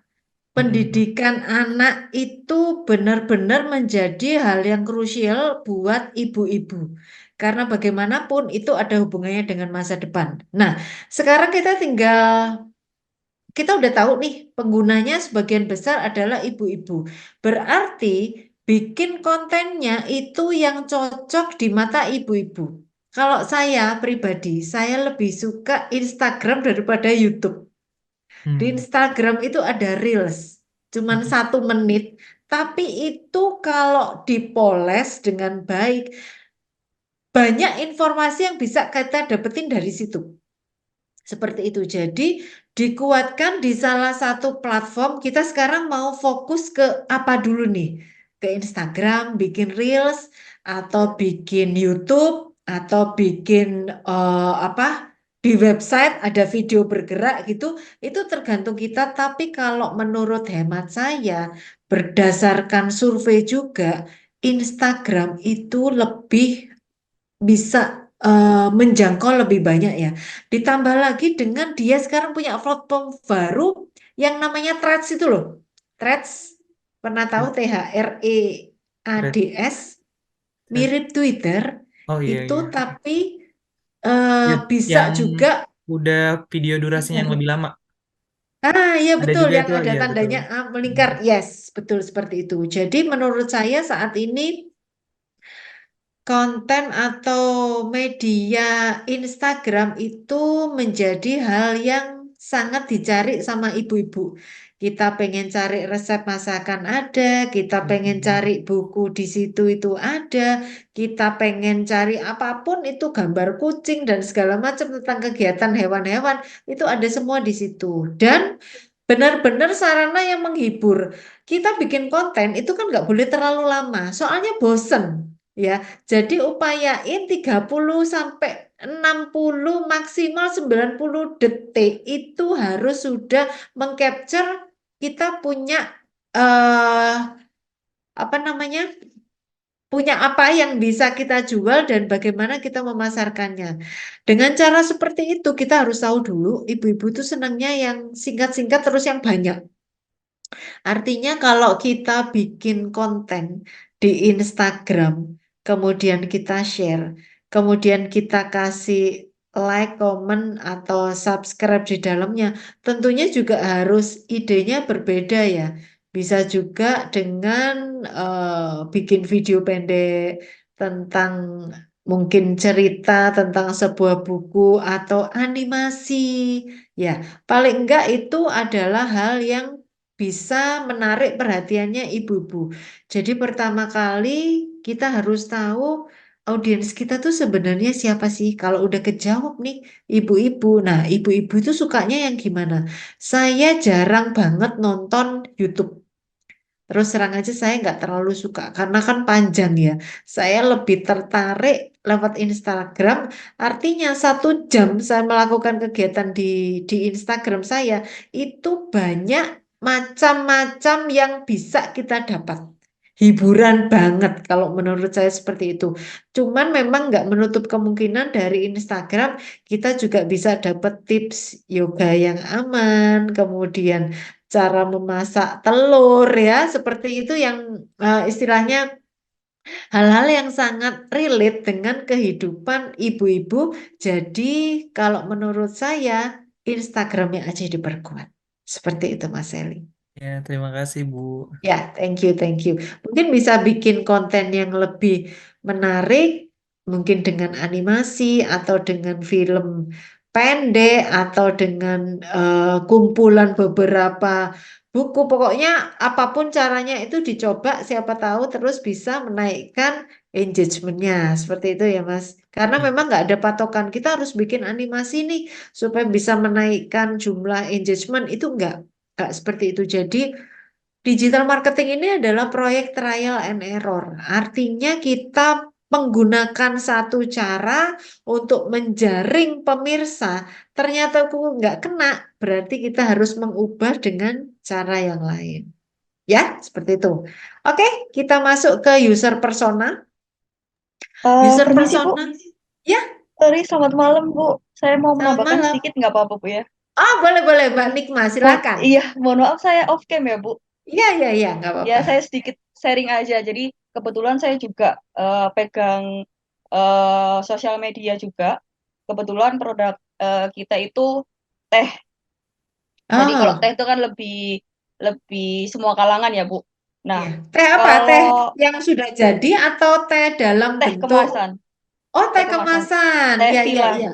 teh villa. Teh Jadi apa namanya? teh villa, teh Villa. Oh, villa, saya nggak pernah dengar ya. Terus. Surabaya hasilnya. Jadi Oh, kalau oke. kita itu sistemnya, kalau sekarang itu kan memang nggak semua konten itu bisa viral gitu kan. Hmm, Dan betul. kita pakai sistem satu konten multi platform. Jadi sekali upload bisa ke Instagram, TikTok, YouTube dan lain-lain gitu. Ya. Karena kenapa Bu? Kita selalu evaluasi tiap minggu gitu kan. Ternyata konten yang satu konten ya Bu ya. Satu konten itu dia rame di TikTok. Dia rame di TikTok, tapi di Instagram sama YouTube-nya itu Sepi. dikit. Ah, Nah, ada konten satu lagi yang eh ternyata lebih viralnya itu di YouTube gitu kan. Jadi yes. nggak bisa, kita tuh nggak bisa untuk sekarang ini menentukan konten mana yang disukai pengguna TikTok karena sekarang algoritmanya tuh sangat cepet gitu Bu. Mm-mm. Gitu. Jadi sekarang itu lebih ngarahnya itu ketika bikin konten yang lagi trending karena konten trending itu yang akan dinaikkan sama platform tersebut gitu kan. Jadi konten yang kita bikin yang niat banget kayak semisal resep gitu ya, Bu ya. Resep teh yang sangat proper dan sangat bagus tapi ternyata view-nya banyak tapi nggak sebanyak konten yang sangat simple dan sebenarnya bikinnya juga nggak niat gitu. Asal asal bikin dan biar ikut algoritma yang lagi trending gitu sih. Jadi sekarang itu lebih pinter-pinternya itu ngikutin trending yang lebih update gitu kan, yang lagi saat ini lagi diminati itu apa, sesimpel musiknya eh dari situ kita modifikasi endingnya itu diselipin produk kita kayak gitu Bu. Jadi kayak gitu sih Bisa-bisa. sekarang. Jadi satu Iya. konten semua platform Oke, menarik kayak gitu. sekali. Boleh di-share screen, Mbak Nikma, Waduh. kalau punya Hmm. konten tentang teh villa? Oh, sebentar Bu. Ya. Algoritma selalu berubah, betul banget. Dan itu cepat banget tuh. Benar Iya. tadi yang Bu Nikma bilang, kita lihat Instagramnya rame ya, viewernya banyak. Belum tentu di YouTube-nya jadi seperti itu. Belum tentu juga di TikTok-nya seperti itu. Jadi masing-masing orang itu punya kesukaan tersendiri terhadap media sosialnya. Kalau saya nggak terlalu ngikutin TikTok, entah mengapa saya selalu meskipun bukan hanya urusan joget-joget ya, sekarang di TikTok itu macam-macam juga, tapi menurut saya yang masih relate sama cocoknya sama diri saya itu masih di Instagram, bukan di TikTok seperti itu. Oke, Mbak Saya Nikma bisa izin share screen ya, Bu. Ya. ya, saya stop dulu. Oke. Follow-nya masih sedikit karena kita sangat organik, Bu. Oh, gitu. Ya, terus kebetulan ini reels kita, gitu kan. Memang kalau dalam reels itu Ini memang bentuknya paling teh, disukai anu itu ya, apa kegiatan. teh tarik gitu, teh tubruk ya? Macam-macam kita, Bu. Ada teh celup, ada teh Oh, ada tubruk, ada yang juga celup juga. premium juga. Oke, Iya, bisa kayak gitu salah sih. satu aja. Iya. Apa ya, Bu ya? Yang Nah, yang paling mengandung, viral, Bu, ya, Bu ya, Nikma, ya, yang ya. paling banyak ininya. Apa ya? Viewernya, Nah, ini tuh kemarin trending di YouTube, tapi nggak trending di oke, Instagram. Di oke. YouTube waktu itu 10 ribuan. Jadi Wuh, ini tuh kan jayus banget gitu sebenarnya. Cuman kesandung, akhirnya beli teh gitu kan. Sebenarnya kan trending itu kan kesandung, terus beli minuman yang langsung diminum kan. Tapi kita Heeh. sambungin apa produk kita yang bisa dibeli gitu kan. Akhirnya beli Eh, teh karton kayak gitu. Jadi heeh. kita sambung-sambungin sih Bu. Terus Likes-nya ada nggak waktu banyak itu, ya, saya lihat likes-nya ya hanya like-nya nggak. Sekarang 27. orang males nge-like Bu, cuman ngeliat doang. Gitu Terus ya. saya pernah bikin resep-resep yang niat banget. Ah, resep. Resep yang Resep niat yang banget niat ini. banget ya. Memang kadang-kadang itu yang nggak niat itu yang nggak jelas, yang absurd gitu, yang ini ya lebih banyak dikunjungi, Iya, Bu. bahkan sampai dilihat sampai habis itu Mm-mm. mengandung Mana ya? ketidakjelasan Ini kayak benar-benar. gini, sesimpel kayak kayak gini, ini. Bu Nikma, ini yang ngelolanya udah ada timnya atau digarap sendiri? Ini waktu itu saya, Waduh, tapi Oh, tapi sekarang udah ada tim. Ini dulu sama. masih saya.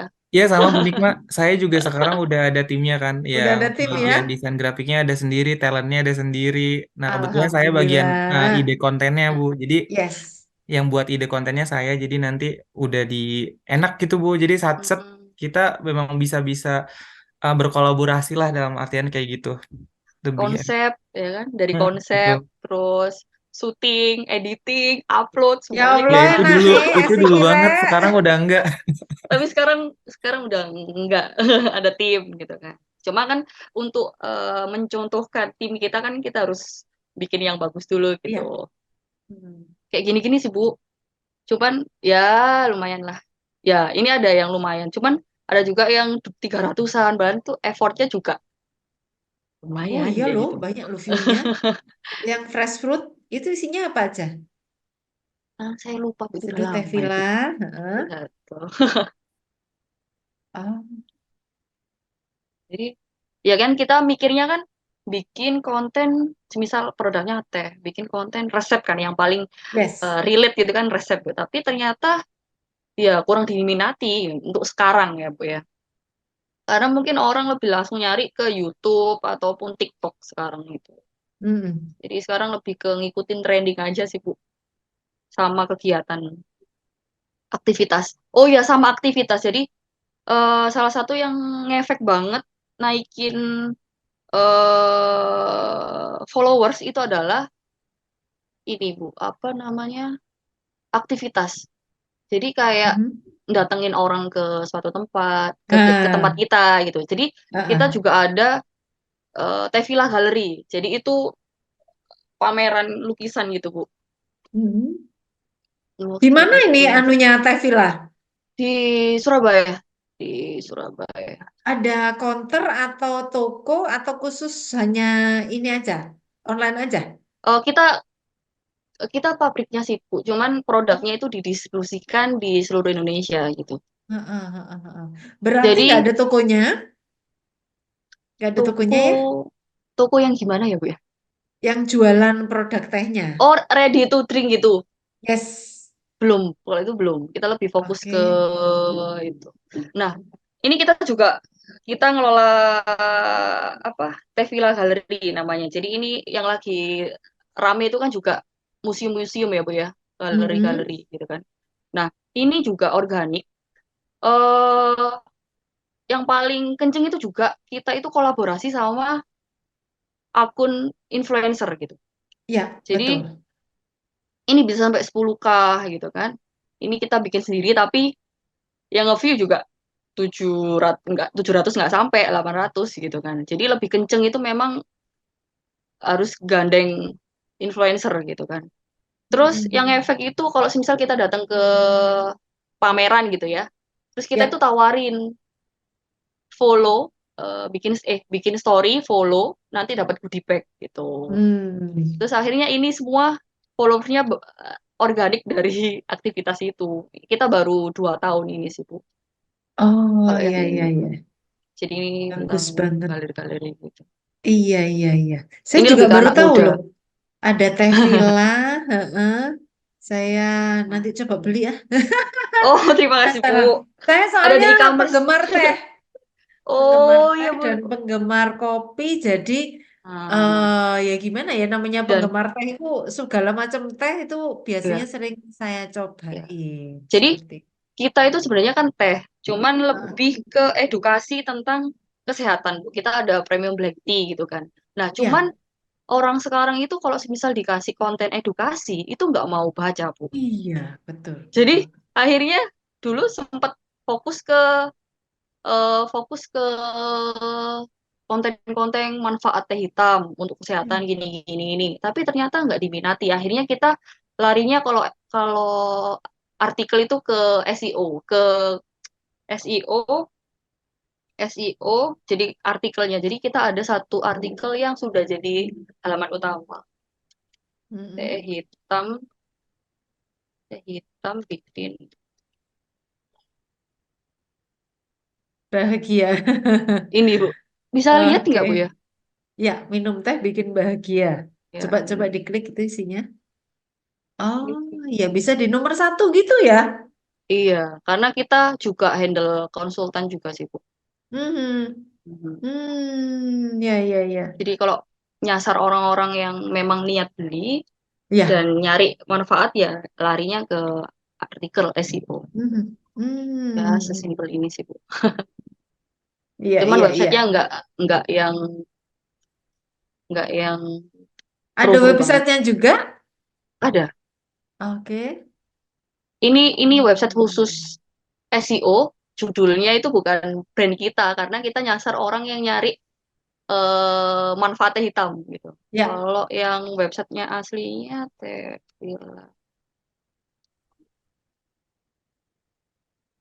Ini kebetulan saya yang bikin, Bu. Mhm. Bentar, Bu. Muat ya.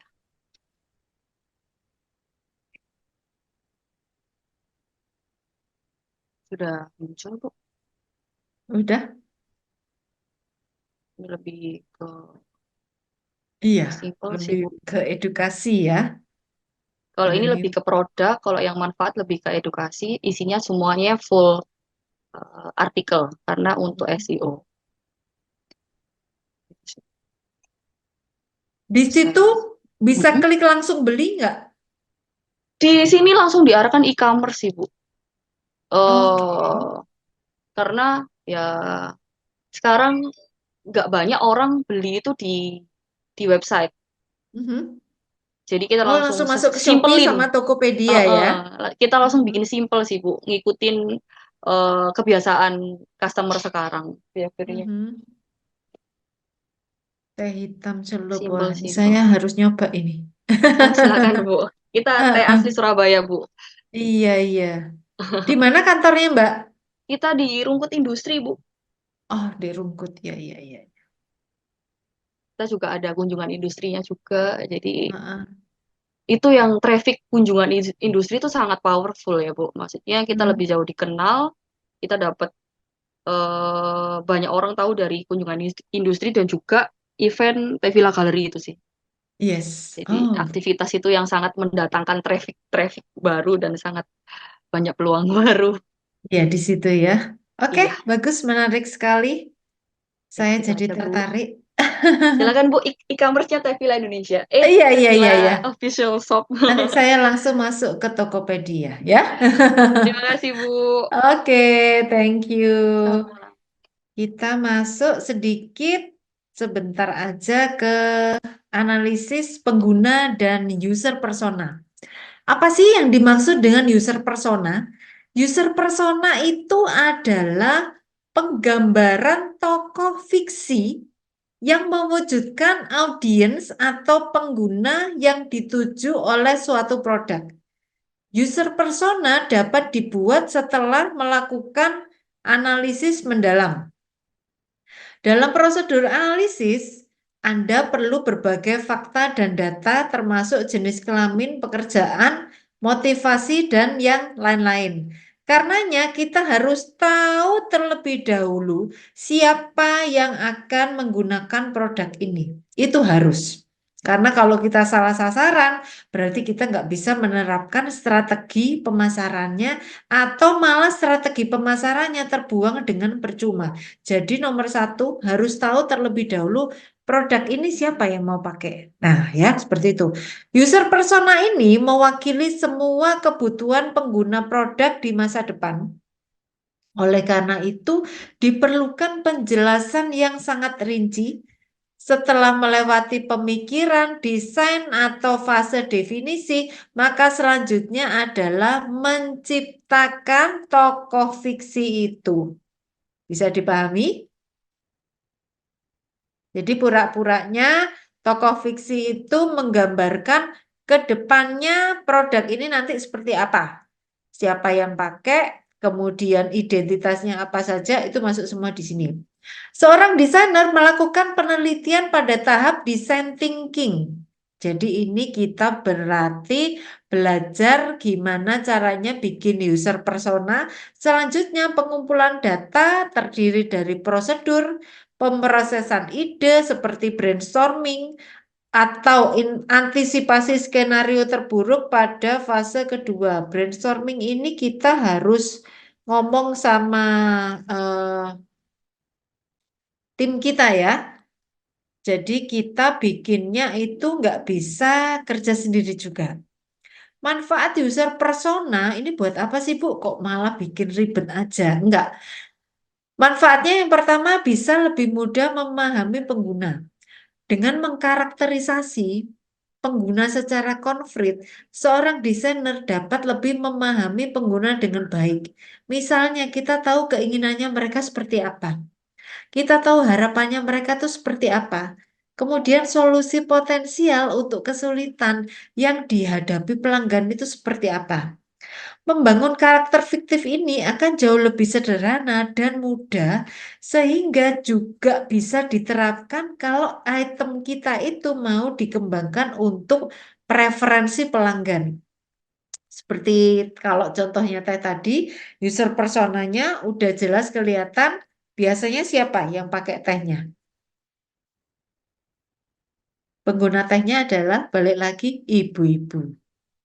Nyediain teh, nyeduh buat keluarga, buat suami, buat anak, buat diminum sendiri, berarti harus relate atau yang disenangi sama ibu-ibu. Yang kedua, bisa memberikan gambaran hasil penelitian. Secara umum, individu yang menginginkan user persona itu nggak hanya mencakup rancangan produknya, tapi juga tim pemasarannya seperti apa, eksekutif perusahaannya seperti apa, dan sebagainya dengan latar belakang yang berbeda-beda. Kalau hanya desainer yang memahami hasil riset, kalau penelitiannya digambarkan, itu nggak cukup. Jadi, harus pakai user persona yang akan lebih mudah dipahami oleh pihak-pihak yang berkepentingan dalam sebuah organisasi. Yang ketiga, harus ada integrasi dengan divisi lain. Contoh kita bikin user persona, ini nggak harus atau nggak hanya dari satu divisi marketing aja gitu ya. Biasanya juga melibatkan divisi yang lain, biasanya dengan divisi operasional, atau dengan divisi finance, atau dengan divisi yang lain. Kemudian tujuannya ini apa sih? Yang pertama, memberikan pemahaman yang komprehensif tentang penggunaan produknya itu seperti apa. Yang kedua, bisa terjadi efektivitas dan pemahaman dalam percakapan dan pertemuan bisnis karena pelaku perusahaan sudah tahu tuntutannya sama tujuannya pengguna itu seperti apa ke depannya dalam mengambil keputusan beli atau enggak, lanjut jadi pelanggan atau enggak, atau cuma sekedar lihat-lihat doang. Yang ketiga, ada pemahaman mendalam tentang perilaku dan kebutuhan pelanggan. Yang kelima, memungkinkan tim desain dan manajer proyek untuk menghasilkan produk atau layanan yang berkualitas tinggi. Tidak semua data di user persona ini bisa dipakai. Ya, teman-teman. Artinya untuk melacak apa yang terjadi dengan pengguna Anda, itu kita harus pakai analisis data. Sehingga kita tuh tahu apa yang disenangi, apa yang nggak disenangi, dan kedepannya habis pakai produk kita itu mereka seperti apa. Faktanya adalah nggak semua data berguna. Ada cara lain yang lebih baik untuk melacak, menganalisis, dan menerapkan informasi, yaitu yang pertama adalah kita harus fokus dulu sama metrik atau pengguna data itu sendiri. Yang pertama adalah kita harus ngumpulin data. Langkah pertama dalam membangun user persona adalah adanya penelitian pada audiens. Kita punya audiens itu seperti apa, berapa lama dia melihat konten kita, tentunya yang singkat-singkat aja ya. Kemudian pakai data aktual yang sudah ada, mulai mengembangkan user persona dengan beberapa sampel. Yang kedua, kita harus punya hipotesis atau perkiraan. Gini caranya membuat user persona. Yang pertama, merumuskan hipotesis berdasarkan temuan penelitian dengan menggunakan empathy maps atau diagram afinitas, nantinya akan mendapatkan pemahaman umum tentang user persona dalam berbagai lingkup proyek. Sekilas memang kalau kita pelajari secara konten, user persona itu agak susah, tapi prakteknya jauh lebih mudah. Yang ketiga, kita harus menetapkan jumlahnya. Ada beberapa user persona yang sesuai dengan harapannya audiens, ada yang enggak. Artinya kita harus cermat memilih dan teliti dalam menentukan user persona atau tokoh fiksi yang kira-kira mau kita bikin, gimana caranya user persona itu ada dalam setiap konten kita. Kemudian yang keempat, memperjelas karakternya. Kemudian yang kelima adalah skenario untuk personanya itu seperti apa. Yang keenam, melibatkan seluruh anggota tim. Dan yang ketujuh, melakukan penyesuaian secara teratur. User persona ini balik lagi adalah alat untuk mengetahui bagaimana sebenarnya user bisnis kita berpikir. Apa yang mereka rasakan, apa yang mereka mau.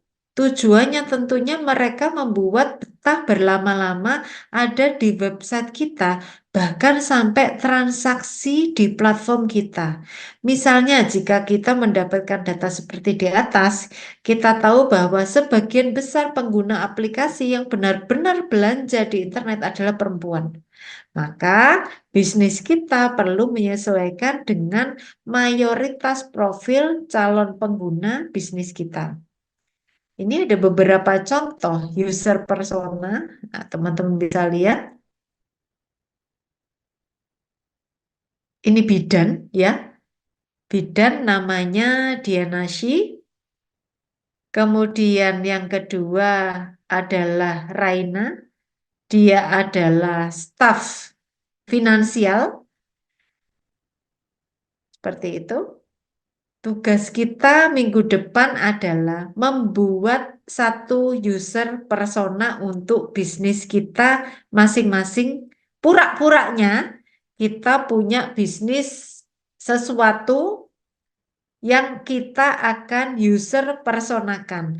Silahkan mencari dari internet aja, nggak usah bikin sendiri ya. Contohnya ini biodatanya si Dianashi atau biodatanya mengenai Raina. Jadi ada user description. Raina adalah seorang staf finance di sebuah perusahaan swasta yang setiap hari harus bepergian dari Bekasi ke Jakarta.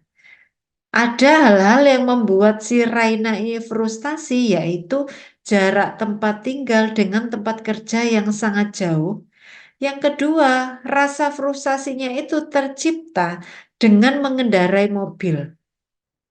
Yang keempat, naik kendaraan umum pun juga harus berdesak-desakan. Dan ada risiko tinggi jika naik kendaraan umum di malam hari. Kemudian kita ada goals-nya, kita buat di sini. Mode transportasi yang nyaman dan mudah dijangkau. Ada mode transportasi yang aman walaupun pada malam hari. Artinya si Raina ini dia nggak nyetir sendiri karena jaraknya tempat tinggalnya cukup jauh, tapi pakai mode transportasi yang aman. Bisa kereta, bisa MRT, dan segala macam. Kemudian kita bikin di sini motivasinya, comfort-nya ini lumayan tinggi, convenience atau kenyamanannya, dan harga. Kemudian di sini transkripnya, saya membutuhkan mode transportasi untuk PP setiap harinya, terlebih yang nyaman dan aman, karena sering lembur hingga di atas pukul 8 malam. Di sini memang tidak disebutkan mode transportasinya itu apa. Tapi pasti-pasti dia pakai mode transportasi umum atau naik kendaraan umum yang membuat si Raina ini nyaman bepergian atau pulang mengingat rumahnya cukup jauh. Bisa dipahami?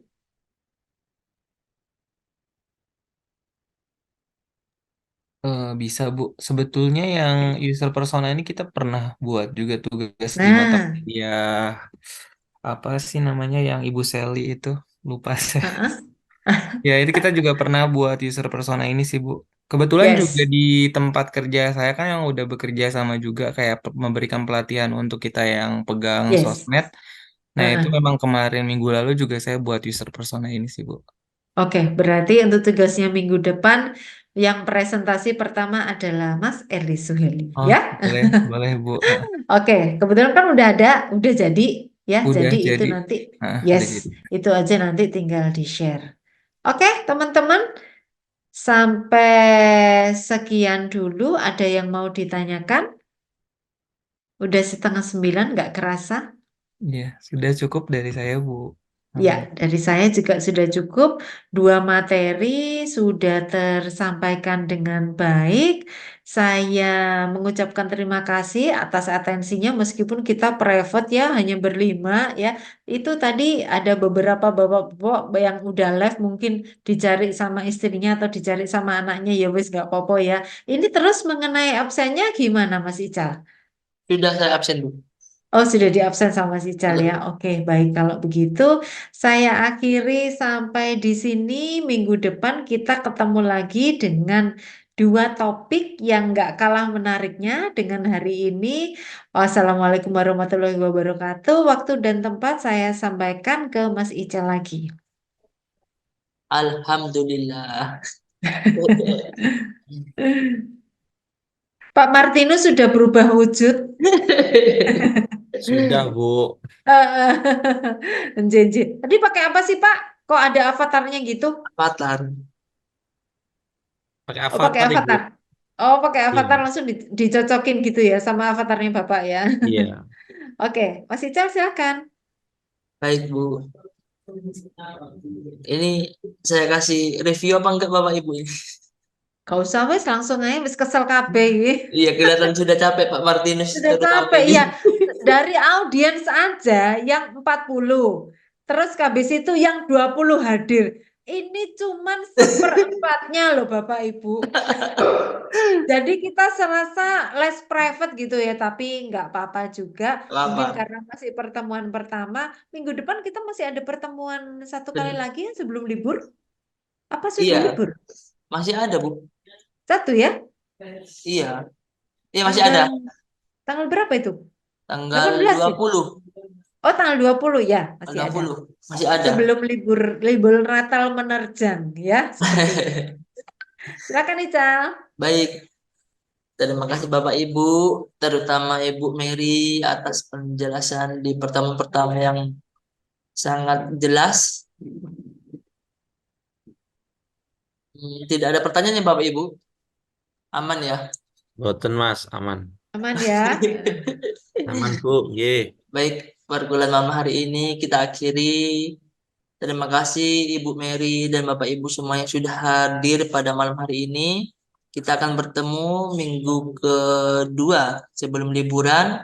Semoga sehat selalu. Selamat malam. Wassalamualaikum warahmatullahi wabarakatuh. Waalaikumsalam Waalaikumsalam warahmatullahi warahmatullahi wabarakatuh. wabarakatuh. Izin Terima live kasih ya, Bu Bapak Mary. Ibu. Izin, Terima kasih, terima Bu kasih. Mary. Terima Terima kasih kasih Bu Bapak Mary. Ibu. Iya. Terima kasih Mas Terima Ical, Pak kasih. Bambang semua. Thank you, Ica. Wah, Sama terima Ibu kasih. Mary, Pak Suryono.